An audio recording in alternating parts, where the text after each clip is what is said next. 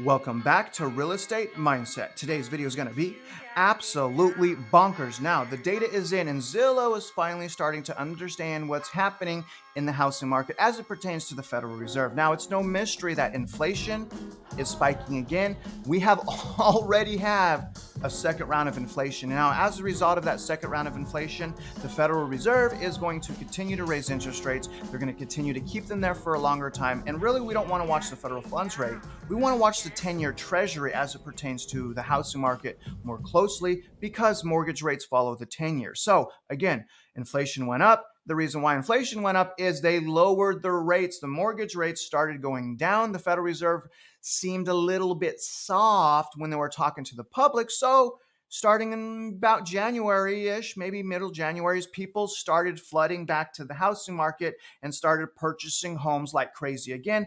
People started disregarding fundamentals, started disregarding unaffordability, and probably thought I could just refinance in the future as long as I can make it through the next 10 years. And they would be right, because remember, the last time this happened, it took 10 years for house values to recover. It took a decade for house values to recover last time. So they would be right. If they can hold for 10 years, they should be okay. So if you want to go and buy and be chained to your house for 10 years, by all means do that. But again, if you do that, understand, if anything happens in your life, you lose your job, you lose your income, you have to sell for various reasons, you're stuck, you're trapped, you can't sell, you're upside down. What happens if that happens? A lot of people, that leads to foreclosure, right? And foreclosure, you guys, is absolutely horrible. I've had it myself. You guys know that. It does suck. But remember, I'm not a financial advisor, even though my bio is as someone that lost everything in the last recession. And for losing everything, getting everything back, and warning you, please like this video, you guys. If you can, I would really appreciate it. Hit notifications, comment below. But either way, we're going to get started on this Zillow article titled, "The PCE Price Index Shows Prices Edged Up More Than Expected in January." And it actually is pretty crazy. It just tells you how desperate people are to buy houses, but that will only last so long. There's only so many buyers that are still qualified to overspend. Let me read some of this, y'all. While disinflation is still underway, just not really in the housing market, like we want it to have historical flash crashing. Okay, we're seeing that. It took a little bit of a break because people started running back in, throwing away their money. Burning their money up. It's pretty astonishing. The latest data confirmed fears that without a larger slowdown in wage growth, inflation could be slow to return to the Federal Reserve 2% target goal. So their goal is 2%. And a lot of people need to understand that in order to get 2%, you guys, they're probably going to have rates high for years. We're probably going to go through a horrible housing market for the next, 3 to 5 years, to be honest with you. So put that in perspective. All right, let's move on to the next part of this article. Okay, now there's 3 bullet points. The PCE price index rose 0.6% in January after increase of 0.2% in December. Prices were 5.4% higher when compared to a year ago and marginally higher than in December. So the price index did rise in January, and it will probably show the same thing in February because the buying got even worse in February. So the next few reports are probably going to show high inflation because people are just salivating to buy a house right now. And again, the longer that we're going through this quantitative tightening, you guys, the more money that people are going to lose from their savings. Right now, I think we're at 35%, according to some articles. People have lost 35% of their savings. They're saving at a historical low rate on top of that. Second bullet point, higher personal income due to an increase in employee compensation fueled more consumer spending in January. And now this is a huge concern. It should be a huge concern to a lot of people. It means the labor market's too hot. And we know it's too hot because we can see the unemployment rate. Even though that unemployment rate is tainted and ridiculous, labor market's still hot. It should be hot. Remember the PPP and EIDL loans? Remember all the money printing for businesses? Y'all remember that? It was designed to withstand COVID lockdowns. So we're going to need more tightening, is my point. This month's higher than expected price increase is likely to push longer term yields, including mortgage rates, higher. Good job, Zillow. You guys proud of Zillow for kind of being players now in this, right? Before it was just like, nope, home prices are going to go up, go buy now. So obviously Zillow has very little credibility still, but it is refreshing to see their more cautious approach. Do you guys agree? Comment below. Let me know if you agree. Now, while disinflation is still underway, the latest data confirmed fears that without a larger slowdown in wage growth, inflation will be slow to return to the Federal Reserve's 2%. Can we stop saying the Federal Reserve is going to pivot now? Do y'all see why we can't pivot? Do y'all see that? We've already done quantitative easing.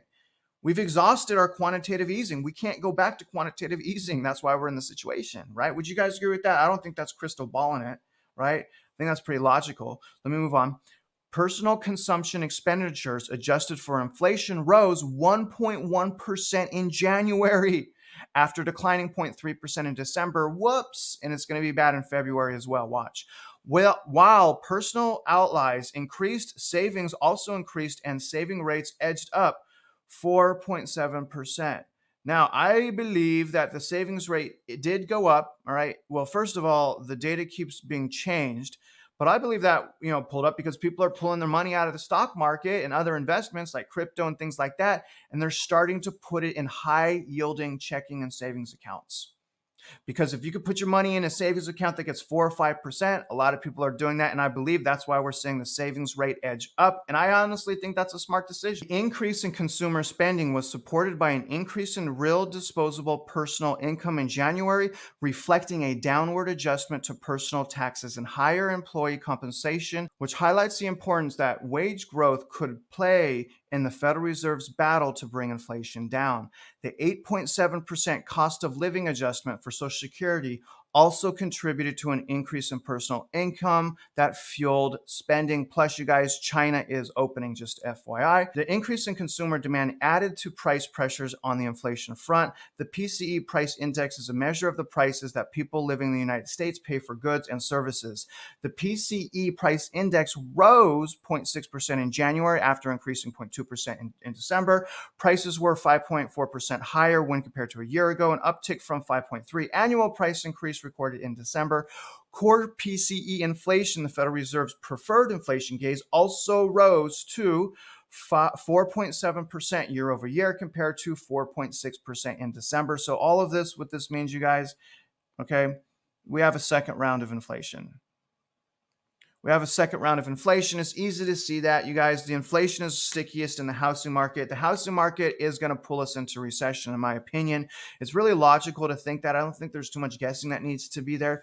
But definitely the housing market, in my opinion, is going to pull us into a recession. Because the inflation is heaviest and stickiest in the housing market. The housing market, I believe, is 19% of our economy. And I think like something close to 40% of, CPI.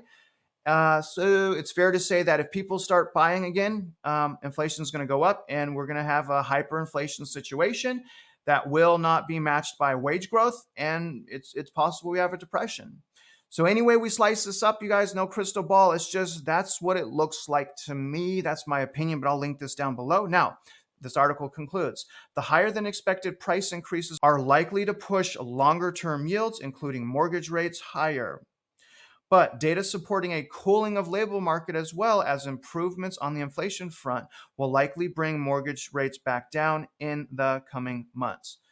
Will it? I mean, we'll see. The thing is, guys, is only time will tell. But let me show you guys where we're at with new construction. So this is the median sales price for new homes sold in the United States. This just updated yesterday, as you can see here. Now, the median sales price, you guys, I just want to point out, it is down substantially from $496 to $427, which represents almost $70,000, about $69,000. So that's a pretty substantial drop. And the reason I'm pointing that out is the reason why they're able to sell these houses, they're dropping their prices and offering crazy buying incentives, like temporary rate buy downs. We know that is surging. So, it's very interesting to see this, y'all. And it's also very interesting to note that this information keeps changing and flip-flopping.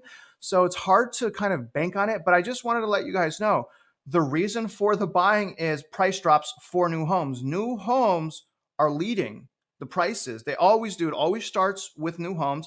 New home value usually keeps things anchored. But new home value is now, at least in my local housing market, going under resale value. Very important to understand that because, again, new home sales typically anchor the housing market, and price crashes, sales crashes usually always start with new construction. So we have a massive drop of about $70,000 for median sales price in new home. Now, as a result of the overbuying, we actually are down to 7.9 months of supply. This just updated yesterday as well, as you can see that here, but we're at now 7.9 months of supply. So very interesting, you guys. We're still well over the 6 months of supply that's generally needed to show that it's a buyer's market. But very interesting to note that people ran back in and started buying. I mean, this is crazy. People ran back into the market, started buying, inflation went back up, and now also interest rates are up.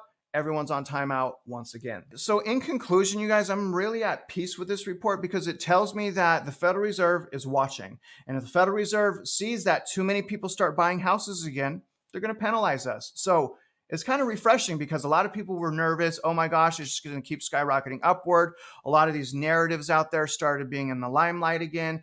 But very reassuring that so far what we're saying is if that happens, if people run back into the housing market, they're going to get penalized hard, right? A second round or a third round, even inflation is going to come back and cripple us. Well, it's going to cripple all the new buyers anyways. But anyways, my point is let's let the dust settle. Let's see what appears after the dust settles so that we can make a better informed decision. It's really hard to know what a great deal is right now when a great deal right now could be a bad deal in 2 years. Do y'all see my point? So a great deal now can be a bad deal in 2 years. And that's why I'm saying a lot of dust in the air. I'm still renting myself. I did not buy. I lowballed the heck out of an offer. It got declined. I offered 7% under 2019 values. All right. Got declined. It is what it is. I'm moving on. I'm renting still. Really hate it. But, in the meantime, I'm increasing credit, income, assets, positive mindset, becoming an expert in my whole local housing market. And I hope you guys are doing the same thing. Now, other than that, you guys, I really appreciate you following along with me in this journey. I will keep you informed about my home buying journey. I'll let you know how that goes. But either way, you guys, if you're out there investing in real estate, I wish you luck and I hope you win.